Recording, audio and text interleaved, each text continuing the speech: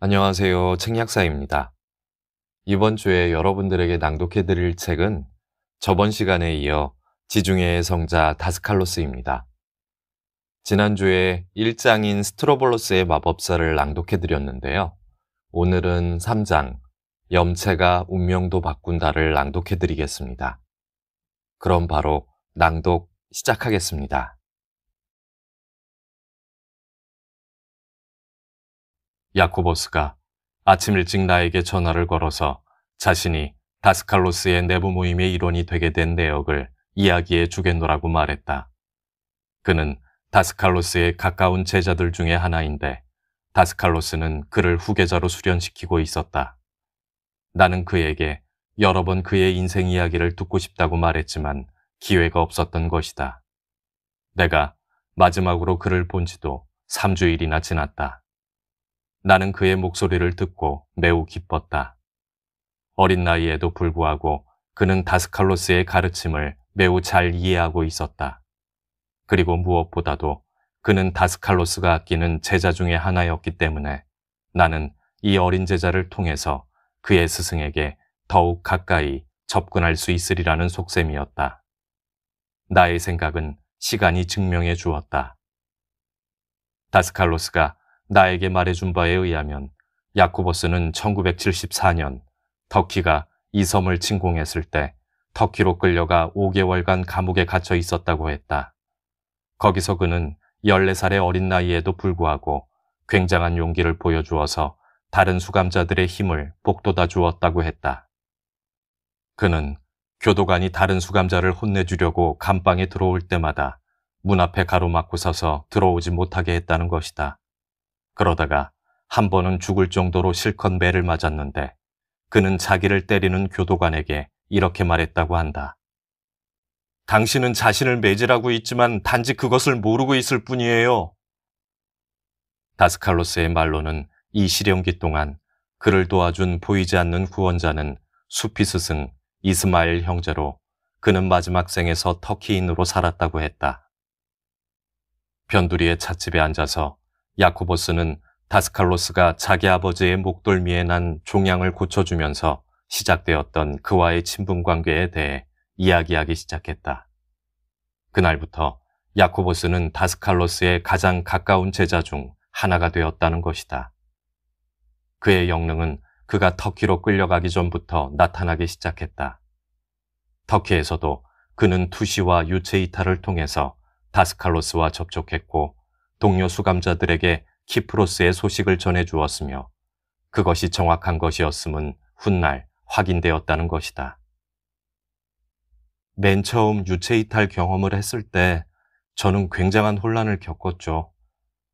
지금 우리가 살고 있는 이 세계와 유체 이탈 중에 체험하는 여러 다양한 심령 이지 차원의 세계들 가운데 과연 어느 것이 실체의 세계인지를 분간할 수가 없었거든요. 결국 저는 이 물질계나 심령 이지 차원의 세계들이나 모두 환상일 뿐이며 하나하나 파헤쳐보면 결국 실제는 모든 현상계를 초월해 있다는 것을 알게 되었습니다. 야코보스의 혼돈은 나에게 저 유명한 장자의 호전몽을 떠올리게 했다. 장자는 어느 날 꿈에서 깨어났는데 자신이 꿈속에서 나비가 되었던 것인지 아니면 나비인 자신이 장자가 되어 있는 꿈을 꾸고 있는 것인지 아리송하더라는 이야기였다. 야코보스가 장자가 느낀 것과 비슷한 체험을 했던 것일까? 야코보스는 이야기를 이었다. 그가 붙잡혀서 터키로 호송되고 있는 동안 배 위에서 전생의 체험과 비슷한 기억이 마음속으로 들어왔다고 했다. 잡혀온 사람들이 울고불고 고함을 지르고 있을 때 저는 갑자기 예수께서 빛과 같은 모습으로 제 몸 안으로 들어오시는 것을 보고 평화로움을 느꼈습니다. 나중에 다시 예수님을 본 적이 있나요? 내가 물었다. 예, 제가 다스칼로스의 내부 모임에 입문하기 바로 전날이었죠. 꿈속에서였나요? 아니요. 그리스도가 제 눈앞에 나타나셨을 때 저는 완전히 깨어 있었어요. 그는 제 인생에 있어서 몇 가지 점을 저에게 이해시켜 주셨죠. 그가 무엇을 알려주었죠? 내가 이렇게 물어보자 야코보스는 머뭇거렸다. 그는 제 앞에 섰습니다. 그리고는 손에 난 못자국을 보여주셨죠. 그가 슬픈 목소리로 나지막히 말했다. 그래, 뭐라고 하시던가요? 내가 집요하게 물었다. 저 또한 제 삶을 통해 십자가를 져야만 한다는 것이었습니다. 야코보스가 조용히 대답했다. 그가 그 일에 대해서는 더 이상 이야기하고 싶어 하지 않는다는 것을 알아차린 나는 다른 이야기로 말머리를 돌렸다. 우리는 다스칼로스의 강의가 있는 날인 다음 날 스트로볼로스에서 다시 만나기로 했다. 나는 모임이 시작되기 훨씬 전에 다스칼로스의 집에 도착했다. 제자들과의 정식 모임이 시작되기 전에 다스칼로스는 친하게 지내는 사람들과 함께 둘러앉아 국내 정치로부터 육체를 벗어나서 여행하는 여러 가지 방법 등 떠오르는 대로 다양한 화제의 잡담을 즐긴다. 내가 도착했을 때 그는 야코보스와 코스타스 그리고 또 한 명의 가까운 제자인 40살의 기술자와 함께 점심 식사를 하고 있는 중이었다. 그들은 고대 히라빈들에 대해서 이야기하고 있었다. 나는 식사를 함께 하자는 그들의 권유는 정중히 사양했지만 그들의 대화에는 기꺼이 끼어들었다. 다스칼로스는 고대의 신비가들이 비밀을 지키는데 너무 지나치게 충실했던 점을 애석해했다. 그들은 자신의 지식을 이기적으로 지키기보다는 사람들, 특히 철학자들을 깨우쳐 주려는 노력을 했었어야만 했어. 그가 힘주어서 말했다. 하지만 플라톤은 어때요? 제가 알기에 그는 엘리우시니언 신비의식에 관여했다던데요. 고차원 이지계에 대한 당신의 이야기는 거의 플라톤의 이상국가를 연상케 합니다. 내가 끼어들었다. 좀 비슷하기는 하지만 우리의 가르침이 그와 똑같지는 않아. 그리고 덧붙이자면 플라톤은 엘리우시니언 신비주의에 관여하지를 않았다네. 일부 학자들은 그렇게 주장하고 있어요. 그건 엉터리야. 플라톤은 이집트로 가서 이집트의 비전에 입문했네. 그래서 그는 플라토라는 이름을 갖게 된 거야. 이해할 수가 없는데요. 나는 말했다. 내가 학교에서 배운 바에 의하면 그는 가슴이 넓었기 때문에 그의 이름을 가지게 되었다고 했다. 그의 이름 플라토는 넓은 사람, 즉 어깨가 넓어진 사람이라는 뜻의 히라버에서 딴 이름이라는 것이었다. 그건 역사학자들의 억지야. 다스칼로스가 비웃었다. 그의 이름은 신을 뜻하는 바알에서 따온 것이야. 그리고 아토는 이집트어로 보이지 않는 신이라는 뜻이지. 바알라토는 불라톤으로 줄어들었고 그것이 영어의 플레이토로 옮겨진 것일세. 다스칼로스는 또 다른 고대의 현자 피타고라스와 비슷한 예를 들었다. 그에 의하면 그리스의 환생의 개념을 소개한 것은 바로 피타고라스라는 것이었다. 피타고라스는 인도를 여행하면서 동양의 신비주의를 접하게 되었지.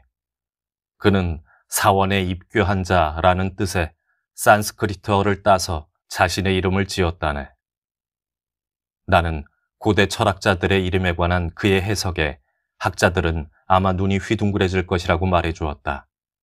다스칼로스는 눈썹도 까딱하지 않았다.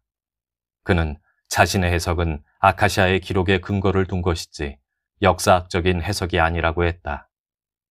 그는 아카시아의 기록이란 우주 기억의 다른 말이라고 설명해 주었다. 과거에 존재했고 지금 존재하며 장차 존재하게 될 모든 것은 이 범우주적인 슈퍼컴퓨터에 입력된다는 것이었다. 뿐만 아니라 하나의 원자도 온 우주에 관한 정보를 간직하고 있다는 것이다. 그러니까 하나의 원자에 집중하여 아득히 먼 과거에 일어난 일에 대한 정보를 알아낼 수도 있다는 이야기다. 그것은 마치 학자가 어떤 특별한 주제에 관해 조사해 보기 위해 도서관에 들어가는 것처럼 아카시아의 기록 속으로 들어가면 되는 것이다. 그러나 신비가는 그 학자처럼 조사하고자 하는 주제에 대한 예비 지식이 있어야만 한다. 그렇지 않으면 그는 아무런 정보도 얻어낼 수가 없는 것이다. 예컨대 어떤 사람이 아카시아의 기록에서 19세기 물리학에 대한 정보를 얻고자 한다면 그는 먼저 물리학에 관한 지식을 갖추고 나서 덤벼야만 하는 것이다. 우주의 이치 속에 인습적인 지식도 한몫을 할 수 있다는 것을 알게 되어 기쁘군요. 그렇지 않다면 대학 강의를 듣고 책을 보고 하는 일 따위는 모두 쓸모가 없어질 것 같은데요. 내가 농담조로 대꾸했다. 내가 말을 마치자 흰색 승용차가 마당에 도착하는 것이 보였다. 은발에 키 크고 점잖아 보이는 남자가 차에서 내려 느린 걸음걸이로 집 안으로 들어왔다. 다스칼로스의 눈빛이 빛났다. 테오파니, 니코시아까지 웬일인가? 다스칼로스와 비슷하게 60대쯤 되어 보이는 그 노인을 모두들 무척 반기는 표정이었다. 키리아코, 파포스의 마법사 테오파니를 소개하네. 다스칼로스가 말했다. 나는 악수를 나누면서 다스칼로스와 야코보스로부터 이야기를 많이 들었으며 만나서 기쁘다고 말했다. 테오파니스는 아마도 다스칼로스의 가장 늙은 제자이자 친구이고 그들이 교제를 시작한 지는 40년이 넘는다고 했다. 그는 니코시아로부터 160km 떨어진 남서쪽의 항구인 파포스 출신이었다. 그곳은 성 바울이 이교도에게 기독교를 전도했다는 이유로 붙잡혀서 채찍질을 당했던 곳이다. 파포스의 사람들은 미의 여인 아프로디테를 열렬히 신봉하는 사람들로 알려져 있다. 테오파니스는 신유가로서 명성을 얻고 있었고 자신의 제자들을 가지고 있으며 동시에 다스칼로스 내부 모임의 회원이기도 했다. 오랜 교분을 통해서 두 노인 사이에는 깊은 우정이 쌓여 있었다. 들리는 바로는 테오파니스가 특별히 다스칼로스에게 헌신적이라는 것이었다. 그러나 원기왕성한 성격의 다스칼로스와는 달리 테오파니스는 누가 말을 걸지 않으면 입을 떼는 법이 없는 조용한 사람이었다. 나중에 나는 그가 결혼을 하지 않았다는 것을 알게 되었다. 그가 25살 때 한 처녀와 약혼을 했었는데 그가 죽도록 사랑했던 그녀는 결핵으로 결혼식 바로 전날 죽고 말았다. 테오파니스는 그 이별의 충격으로부터 완전히 회복할 수가 없어서 대신에 그녀에 대한 추억만을 간직한 채 혼자서 살기로 했다는 것이다. 그는 신유와 자신의 직업에만 정열을 쏟았다. 그는 협동조합 운동의 고위 행정직을 맡고 있는데 그 운동은 그곳 국민들의 생활 속에 정착되어서 다른 개발도상의 사회단체들로부터 견학이 쇄도했다. 대화 중에 테오파니스가 다스칼로스에게 이번 여름에도 그리스에 갈 작정인지 물어보았다. 다스칼로스는 매년 여름 아테네로 가서 몇 주일씩 머물면서 그곳에 있는 자신의 제자들에게 특별 강의를 했다. 나머지 기간 동안에는 녹음 테이프를 보내주는 것이었다. 녹음기의 발명이 이를 훨씬 쉽게 해준 것이다. 지금은 전보다 훨씬 더 많은 사람들에게 자신의 말을 전할 수 있게 되었다. 나도 열흘간 휴가를 내서 자네와 함께 갈 작정이야. 테오파니스가 말했다. 그거 참 잘 됐군. 하지만 우리는 배로 가야만 할 거야. 다스칼로스가 나를 향해 테오파니스는 바다를 무척 겁낸다고 귀띔해 주었다. 그는 배멀미를 심하게 한다는 것이었다. 나는 다스칼로스가 농담 아니면 비유적으로 말하는 줄 알았다. 그러나 나의 생각은 잘못이었다. 그의 말에 매우 장난기가 섞여 있긴 했지만 그는 참ut 진지했다. 이번에도 전에 티노스에 갔을 때처럼 자네가 파도를 잠재워 줄 수 있었으면 좋겠네. 내가 미심쩍어하는 모습을 보고 테오파니스가 맞장구를 쳤다. 그러면서 그가 어느 해 여름 다스칼로스와 함께 그리스의 유명한 티노스 섬으로 순례 여행을 했던 이야기를 해주었다. 그곳은 성모 마리아 상의 기적으로 소문나 있었다. 테오파니스의 말로는 다스칼로스가 자신의 특별한 능력으로 바다를 잠잠하게 했다고 한다. 그들이 탄 배가 바다로 나가자 갑자기 바다가 잠잠해지는 바람에 선원들과 그곳의 어부들이 영문을 몰라 했다는 것이다. 어떻게 하셨길래요? 내가 물었다. 나는 다만 내 친구 테오파니를 위해서 바다가 잔잔해져 주기를 원했는데 바다가 그것을 들어준 거라네. 다스칼로스가 천연덕스럽게 대답했다. 그러니까 그런 일을 어떻게 하셨냐는 말씀이에요. 내가 다시 물고 늘어졌다. 이 친구 또 시작이군. 자넨 허구한 날 그 질문이야. 이건 어떻게 하십니까? 저건 어떻게 해요? 자네가 파가니니 앞에 있다고 생각해보게. 그리고 이렇게 물어보시지. 파가니니, 당신은 바이올린을 어떻게 연주하십니까? 라고. 그가 뭐라고 대답해 줄 수 있으리라고 생각하나? 그가 바이올린을 연주하는 법을 설명해 줄 수 있겠나? 나의 경우도 마찬가지야. 나는 그저 그렇게 할 뿐이니 어떻게냐고 묻지 말게. 난 설명할 자신이 없으니까. 다스칼로스가 우리가 그런 현상에 놀라서는 안 된다고 말했다. 그것은 모든 인간들 속에 잠재되어 있는 능력일 뿐이다. 예수님도 파도를 잠재우지 않았는가? 모든 인간의 내면에 그리스도의 성령이 깃들여 있으니 그것은 곧 모든 인간이 그러한 능력을 행할 잠재적인 가능성을 가지고 있다는 뜻인 것이다. 벌써 오후 4시가 되었고 제자들이 스토아에 모여서 스승의 강의를 들으려고 기다리고 있었다. 최근의 국내 정치의 혼란에 대해서 잠깐 도마질을 한 후에 우리는 자리에서 일어났다. 키프로스에서는 어디를 가나 정치 토론은 피할 수 없는 듯했다. 그것은 노소를 불문하고 대화의 중심 주제였다. 북부의 점령군과 대치하고 있는 상황에서 정치는 그들의 생활에 있어서 커다란 비중을 차지하고 있었다. 다스칼로스의 강의 주제는 염체에 관한 것이었다. 강의 서두에 그는 지난 시간에 논했던 여러 가지 개념들을 요약해 주었다.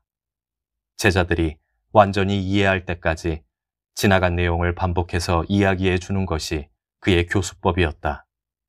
그가 말했다. 염체는 다른 생명체들과 마찬가지로 그것을 방사한 사람과는 무관하게 고유의 수명을 지니고 독립적인 존재를 영위한다. 사람이 방사하는 모든 느낌이나 생각이 모두 염체이다. 염체에는 2가지 종류가 있다. 무의식적으로 만들어지는 염체로서 다스칼로스가 욕망, 생각의 염체라고 부르는 것과 의식적으로 만들어지는 생각, 욕망의 염체가 그것이다. 사람은 사념이나 감정을 통해서 진동한다. 그가 진동하는 방식이 그가 만들어내는 염체의 형태와 질을 결정한다. 그가 주로 감정을 통해서 진동한다면 그는 감정과 욕망의 영향권 아래에 놓여 있게 되고 생각은 그에 대해 추종적인 역할만 한다. 이것이 욕망, 생각의 염체이다. 한편 사람이 생각의 영향권 아래 놓이게 되면 그는 이지계의 진료로 만들어진 염체를 만들고 강한 심상을 그리는 능력을 구사할 수 있게 된다. 진리의 탐구자는 훈련을 통해서 강한 생각으로 만들어진 강력하고도 자비로운 염체를 만들 수 있어야 한다. 여기서 감정과 욕망은 부수적인 역할만 한다. 이러한 생각, 욕망의 염체는 더 영향력이 있고 오래 남아있으며 그것이 만들어졌던 소기의 사명을 빨리 완수한다. 욕망, 생각의 염체는 생각과 욕망의 본질에 대한 이해가 부족한 일반 사람들에게서 흔히 발견된다. 그래서 그들은 바로 자신이 만들어냈던 염체에 의해 희생되고 만다. 염체가 일단 외부로 방사되면 그것은 결국 그것을 만든 사람의 잠재의식 속으로 되돌아오는 것이 자연의 법칙이다. 그리고 그것들은 기억의 무더기 속으로부터 의식의 표면으로 떠올라 새로운 힘을 얻어서는 다시 잠재의식 속으로 잠복한다. 이 염체는 그 사람의 잠재의식 속에서 좀 더 영구적인 기반을 확보하게 될 때까지 이런 순환을 되풀이한다. 그리고 그 사람의 에테르 복체로부터 에너지를 흡수하여 자신의 생명을 이어나간다.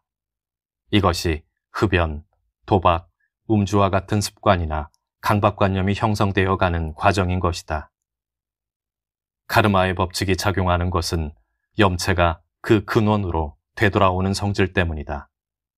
사람은 자신이 의식적, 무의식적으로 만들어내었던 염체와 조만간 마주치게 된다. 전에 다스칼로스와 이야기하던 중에 그가 강한 욕망의 염체는 그에게 되돌아와 있다가 그가 그런 욕망을 전혀 느끼지 않고 있을 때 느닷없이 다시 튀어나올 수도 있다고 말한 적이 있다. 그가 전생에 르네상스 시대의 이탈리아 사람이었을 때 그는 인쇄기를 발명해야겠다는 강박관념에 사로잡혔다고 한다. 그 결과 그는 이번 생에서 행정부의 인쇄국에서 식자공으로 일하게 되었다는 것이다. 다스칼로스는 강의를 계속했다. 우리의 현재 인격과 처해 있는 환경은 우리가 3차원의 세계로 내려와 환생의 쳇바퀴 속에서 맴돌기 시작하면서부터 만들어진 모든 염체의 총화이다. 염체는 인간과 우주를 지은 것과 똑같은 재료로, 즉 이지계, 심령계, 그리고 물질계의 에테르질로 만들어진다. 염체가 형성되는 과정을 한번 살펴봅시다. 다스칼로스는 30여 명의 제자들이 귀를 기울이고 있는 가운데 설명을 계속했다.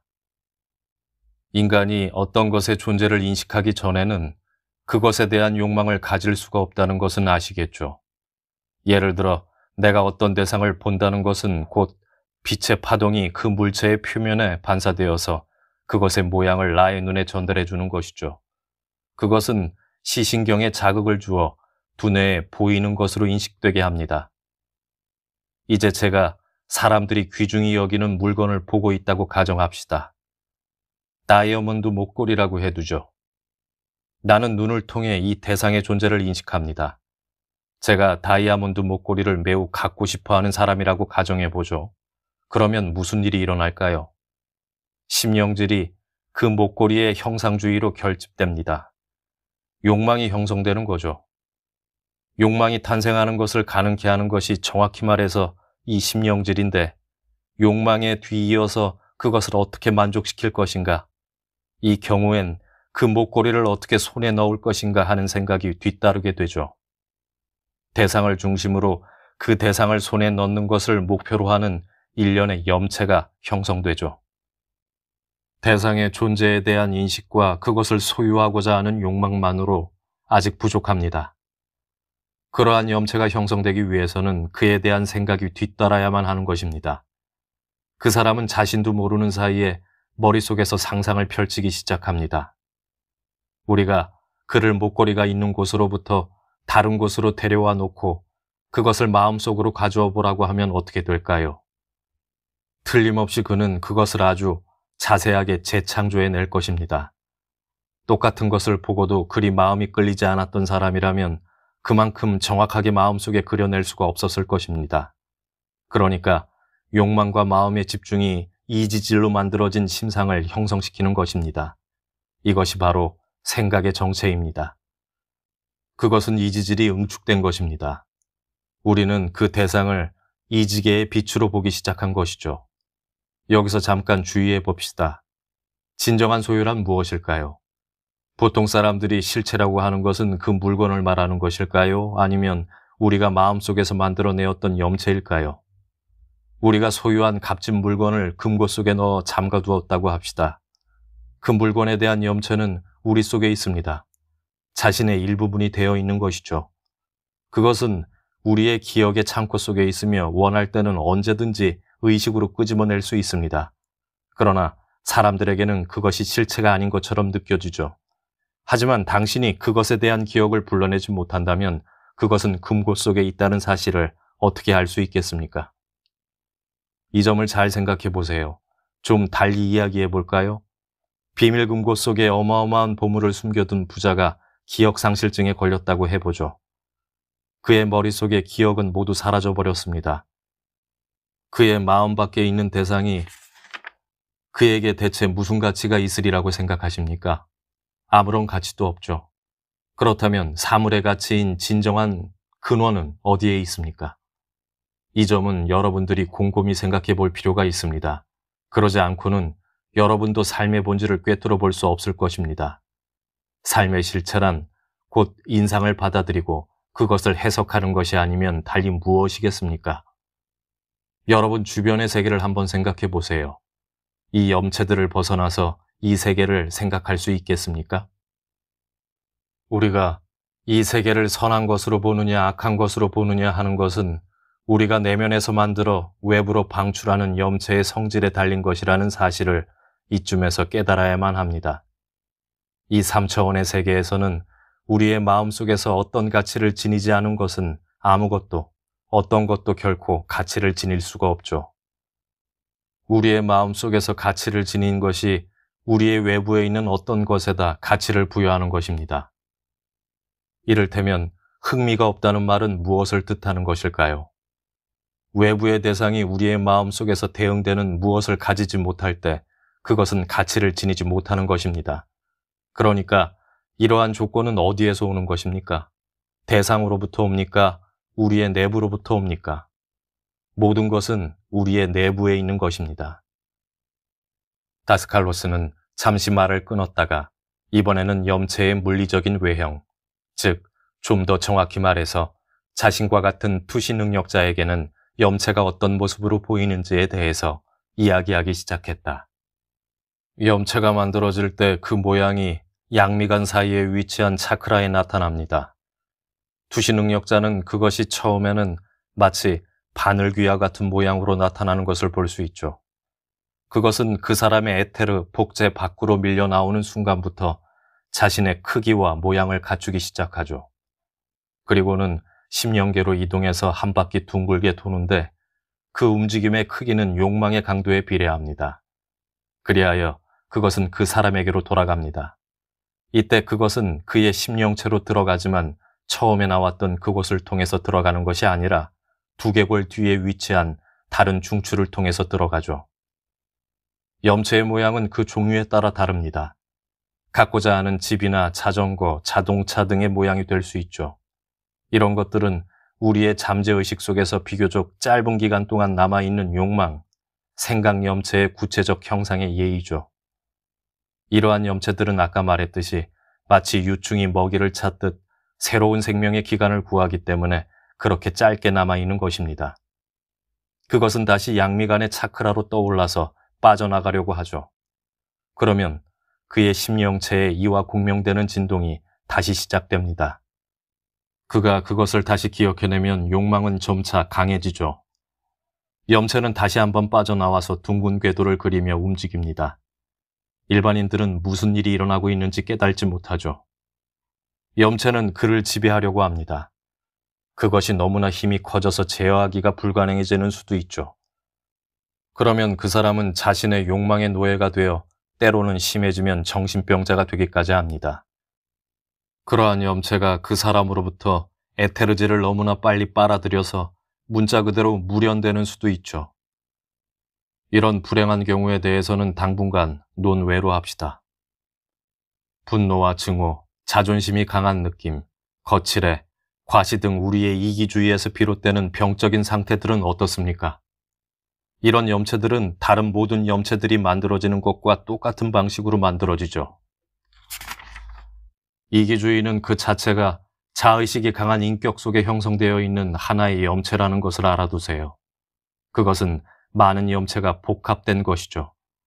그것은 매우 민감해서 조금만 자극해도 반응합니다. 이기주의는 온갖 염체를 다 만들어낼 수 있죠. 예를 들면 어떤 사람에 대해서 악한 생각을 품고 있는 사람은 흔히 어두운 녹색 계통의 썩은 냄새를 풍기는 뱀 모양을 한 염체를 만들어내는 것을 보았습니다. 그것들은 미간이나 가슴으로부터 나오죠.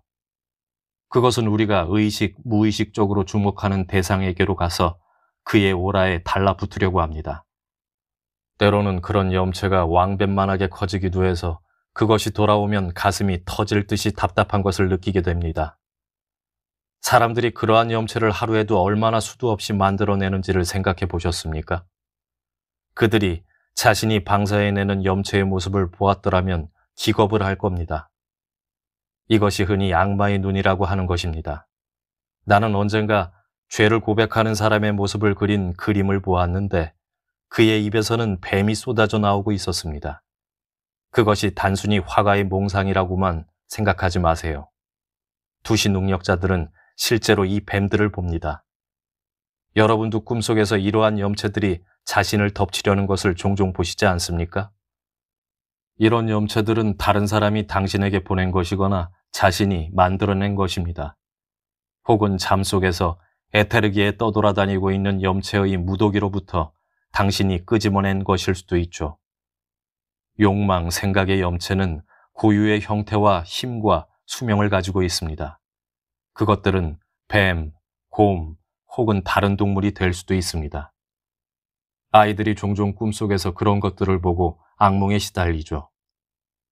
다스칼로스는 이어서 잠이 들기 전에 기도와 같은 자기 암시를 하면 그런 염체가 꿈에 보이지 않게 할 수 있다고 설명했다. 우리는 우리를 미워하는 사람에게 사랑의 염원을 보냄으로써 자신을 평온하게 할 수 있습니다. 그럼으로써 우리가 그들을 미워하는 마음을 풀어버리게 되죠. 그들은 우리의 꿈속에 출몰하는 염체들을 더 이상 보낼 수 없게 됩니다. 내가 끼어들었다. 다스칼레, 증오와 시기 같은 염체들이 다른 것도 아니고 왜 하필이면 뱀처럼 보이는 것일까요? 그것의 모양은 염체의 성질 그 자체에 내재되어 있는 것입니까? 증오와 시기가 뱀처럼 보이는 것은 그것이 우리의 문화권 속에서는 그러한 상관관계를 맺고 있기 때문이죠. 뱀이나 다른 어떤 동물도 천성적으로 악한 것은 없습니다. 염체를 취하는 형체는 그 사람이 사는 곳과 언어에 따라 달라집니다. 염체는 그것을 만드는 사람에 따라서 어떤 형체라도 취할 수 있는 심령, 이지 차원의 에너지 덩어리입니다. 투시 능력자는 자신의 배경에 어울리는 모습으로 그것을 볼 수 있죠. 그러니까 다른 문화권의 투시 능력자라면 똑같은 염체라도 예컨대 뱀 대신 코요테의 모습으로 볼 수도 있겠군요. 내가 말을 받았다. 맞았어요. 하지만 두 경우 다 그 방사된 염체와 그것의 작용 간에는 동일한 상관관계를 가지고 있다는 것을 알게 될 것입니다. 한 중년 남자가 물었다. 무의식적으로 만들어낸 염체의 힘을 중화시키고 해체시킬 수가 있습니까? 염체의 힘과 형체는 그것이 만들어진 애초의 목적이 달성될 때까지 사라지지 않는다는 것을 잊지 마세요. 우리가 자신의 생각과 행위의 결과를 감수할 각오를 하고 있지 않으면 안 된다는 이유가 바로 이것입니다. 우리는 염체에 대해서 이번 생에서만 책임을 지는 것이 아니라 다음 생에서도 책임을 져야 합니다. 그러므로 염체를 만든 사람은 자신이 만든 그것과 언젠가는 마주쳐야 하죠. 지금까지의 삶의 영향 아래에서 벗어날 방법은 없는지 궁금하시겠죠? 있습니다. 하지만 과거의 잘못을 바로잡으려는 의욕과 지혜가 있어야 합니다. 우리는 이전의 염체를 또 만들어냄으로써 이전의 염체에 더욱 큰 힘을 보태어줄 수도 있습니다. 누군가가 물었다. 흡연이나 음주벽 같은 염체와는 어떻게 맞설 수 있습니까? 흡연이나 음주를 즐기는 사람들과 만나는 자리를 피하면 될까요? 무엇보다도 우선 그런 염체와 대적하지 말아야 합니다. 적은 보이지도 않을 뿐 아니라 당신은 이길 수가 없습니다. 그런 염체에 대항해서 싸움을 거는 것은 그것에 힘을 더해주는 결과가 되죠. 그 힘을 중화시키는 길은 그것을 무시해버리는 것입니다. 한 가지 예를 들어드리죠. 요즘 우리 사회에서 정치 문제를 놓고 광적으로 다투는 사람들을 너무나 많이 볼 수 있죠. 정치적인 싸움은 날마다 일어나서 심지어 가족들끼리도 서로 반목하게 만듭니다. 이것은 사람들을 어리석게 만드는 불행한 일이죠.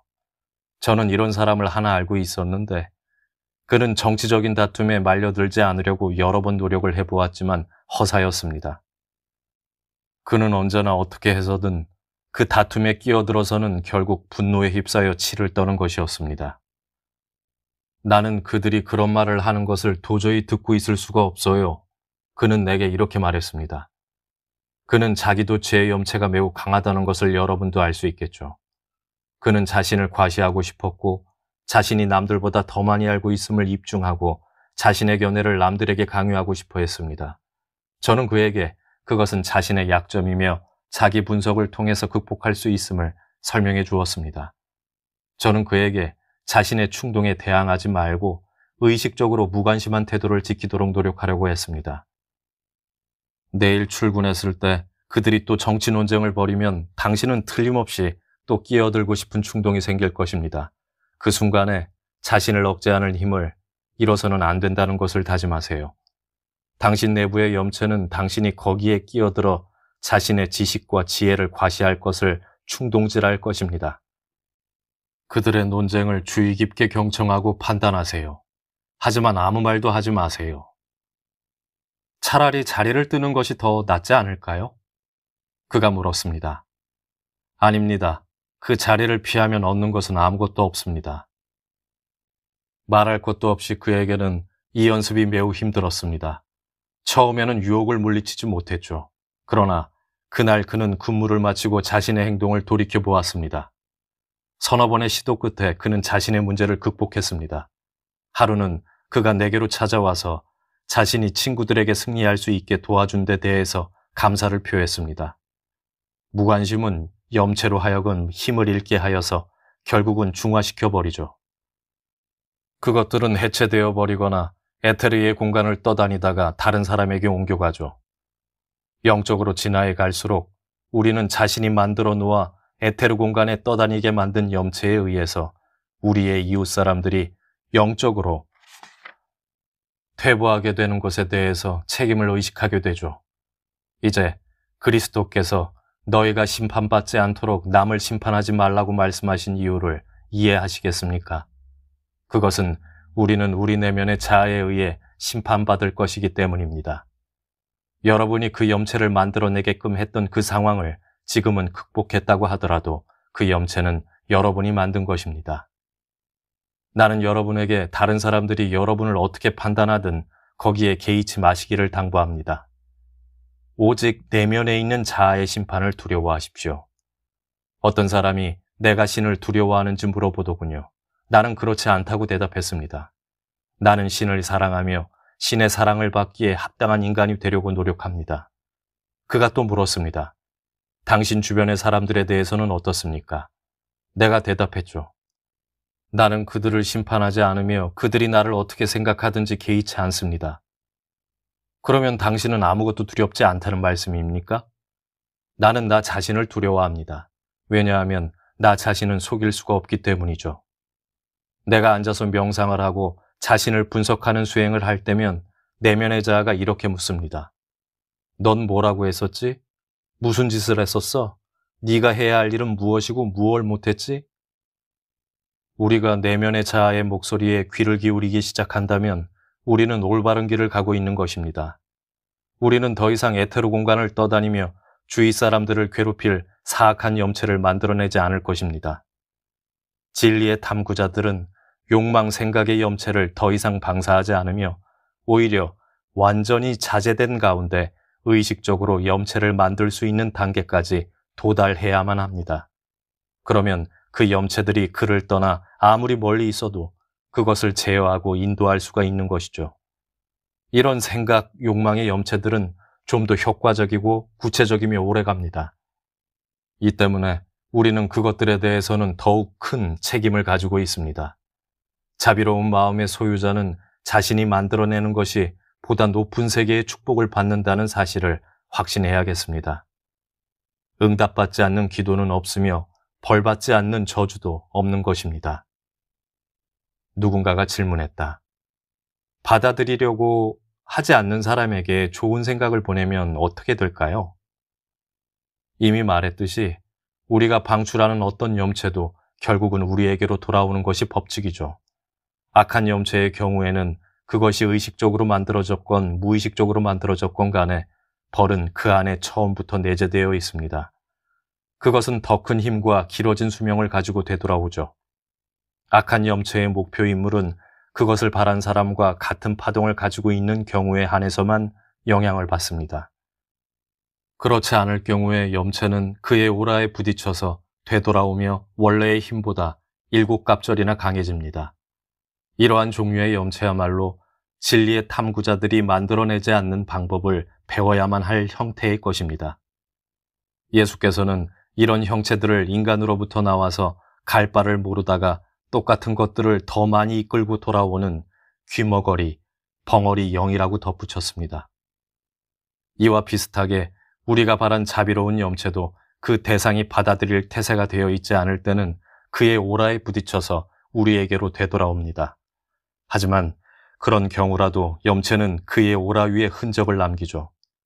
그 힘은 그대로 남아있어 어느 때라도 그가 비슷한 마음의 파동을 가지게 될 때 그에게 도움을 주게 될 것입니다.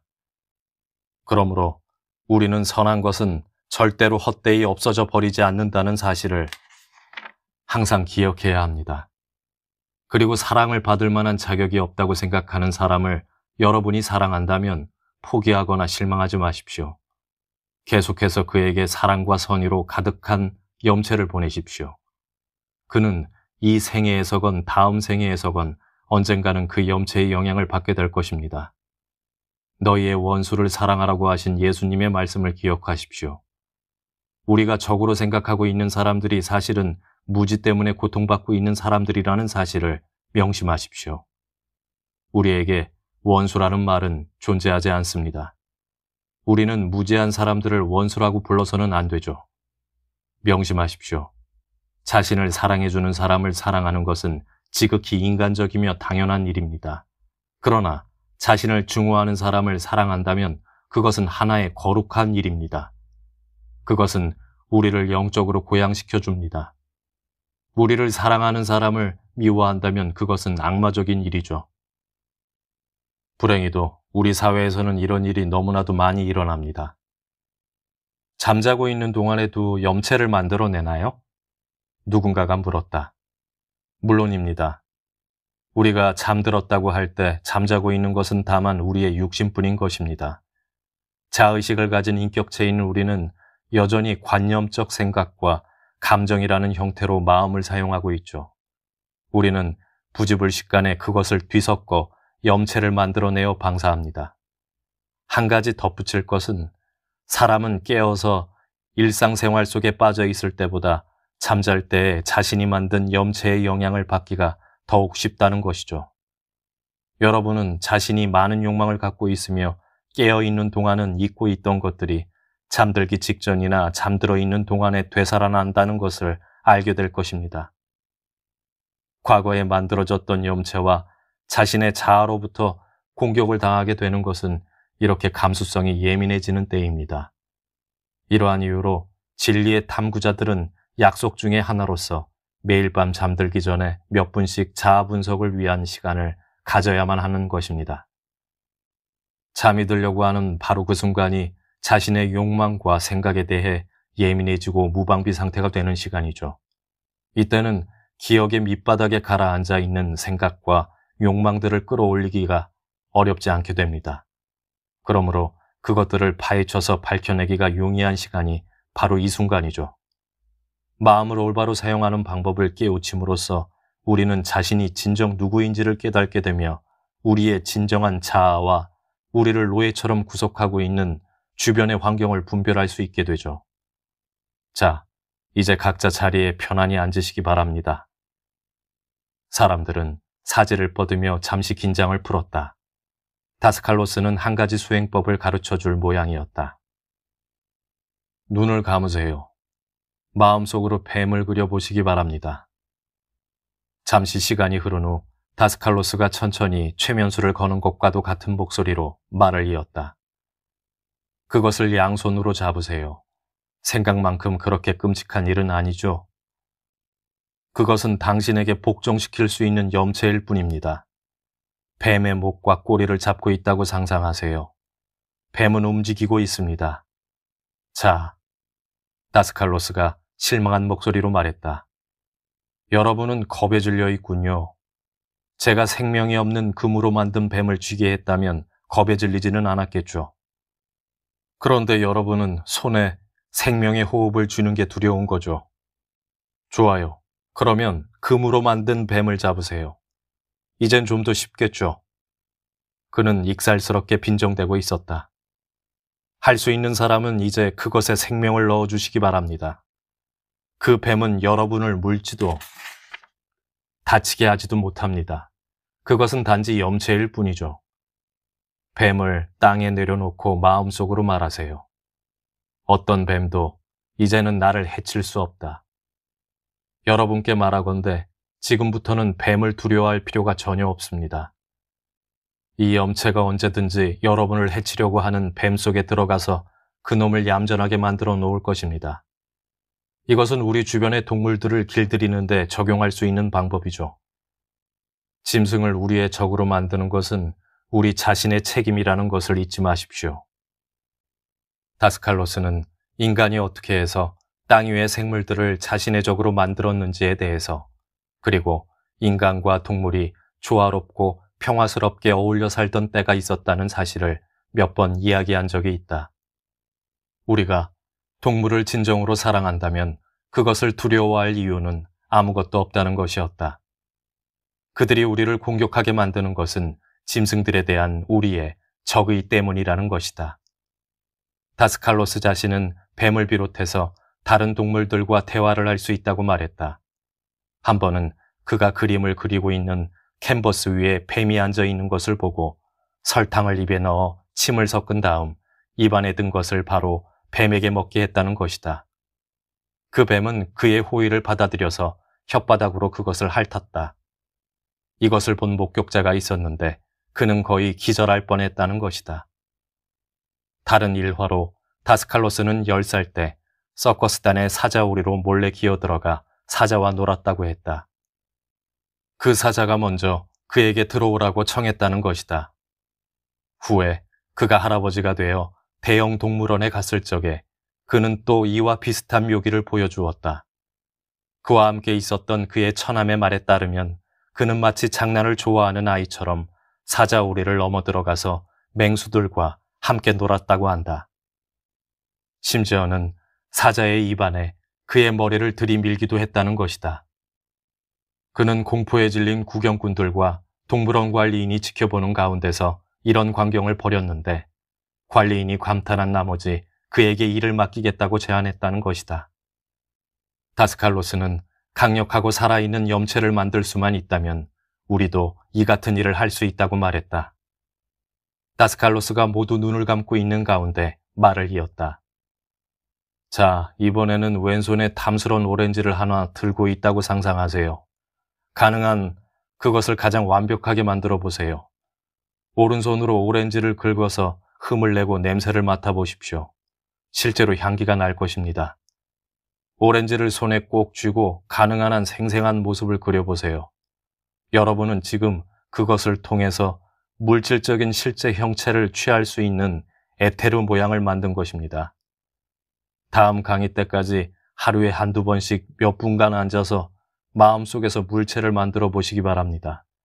정신을 집중해서 가능한 한 완벽하게 만드세요. 처음에는 과일이나 꽃과 같은 대상을 만들어 보고 그 다음에는 비둘기나 참새 같은 동물을 만들어 보십시오. 하지만 한 가지 경고해 둘 것이 있습니다. 개의 염체를 만들어 놓고는 나중에 그것을 감당해내지 못했던 어느 제자와 같은 실수를 저지르지는 마세요. 이 천진난만한 친구는 강력한 염체를 만드는 법을 터득하고는 뚱딴지처럼 이지질로 개를 한 마리만 만들어 놓으면 밥을 줄 필요도 없이 집을 지키게 할 수 있으리라는 기발한 아이디어를 생각해내었습니다. 그는 40일 동안이나 이 염체에다 에테르를 주입시켰죠. 끝내 그는 더 이상 그것을 다스릴 수가 없는 지경에 이르렀습니다. 개의 염체는 힘이 너무나 강해져서 이웃집에서도 그놈이 울부짖는 소리를 들을 정도였습니다. 염체가 만들어지면 그것은 그것을 만들어낸 사람의 성격을 담는다는 것을 알아두셔야만 합니다. 만일 그가 어떤 사람을 미워한다면 그 염체도 그를 공격할 것입니다. 마찬가지로 누군가가 염체를 만든 사람에 대해 좋지 않은 생각이나 감정을 품고 있으면 염체는 그를 공격합니다. 이 경우에도 꼭 그와 같은 일이 일어나죠. 어느 날 밤 그가 절망적인 모습으로 나를 찾아왔습니다.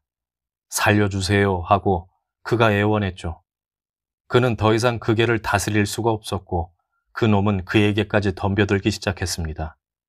나는 한참 애쓴 끝에 겨우 그 염체를 해체시킬 수가 있었습니다. 매우 유감스럽기는 했지만 나는 그를 우리의 모임에서 내보낼 수밖에 없었습니다. 즉, 그의 흰 수도복을 반납하게 했죠. 하지만 나는 단지 그 첩만 빼앗은 것일 뿐입니다. 그 흰 수도복은 영원히 그 곁에서 그를 인도할 것입니다. 생각, 욕망의 염체를 만들 때 여러분은 자신이 신성한 진료를 다루고 있다는 사실을 아셔야 합니다. 진흙을 만지고 있는 것이 아니라는 말입니다. 그러한 능력을 가진다는 것에는 크나큰 책임이 따르죠. 연습을 하되 자신의 이기적인 욕망을 만족시키는 염체가 아니라 우리 동료 인간들을 이롭게 하는 생각, 욕망의 염체를 만들어내도록 조심해야만 합니다. 우리의 목표는 흑마술사가 되는 것이 아니라 신유가가 되려는 데 있습니다. 그리스도의 사랑이 여러분과 여러분의 가정과 온 세계에 함께하기를. 다스칼로스의 강의가 끝난 후 사람들이 밖으로 나가 포도넝쿨 아래에서 잡담을 나누고 있는 동안 나는 스토아에 남아 야코보스와 몇 분간 이야기를 나누었다. 야코보스를 잘 알고 있는 듯한 중년 부인이 스토아에 들어와 야코보스의 도움을 청했다. 그녀는 병원에서 수술을 받기로 계획이 되어 있는데 수술을 받지 않고 치료가 가능한지를 알고 싶어 했다. 다스칼로스가 그녀에게 걱정 말고 수술을 받되 야코보스에게 가서 도움을 청하라고 했던 것이다. 나는 그것이 마치 의사가 수련의를 훈련시키듯이 야코보스에게 신유술을 훈련시키는 다스칼로스의 교육 방법의 하나였다고 생각한다.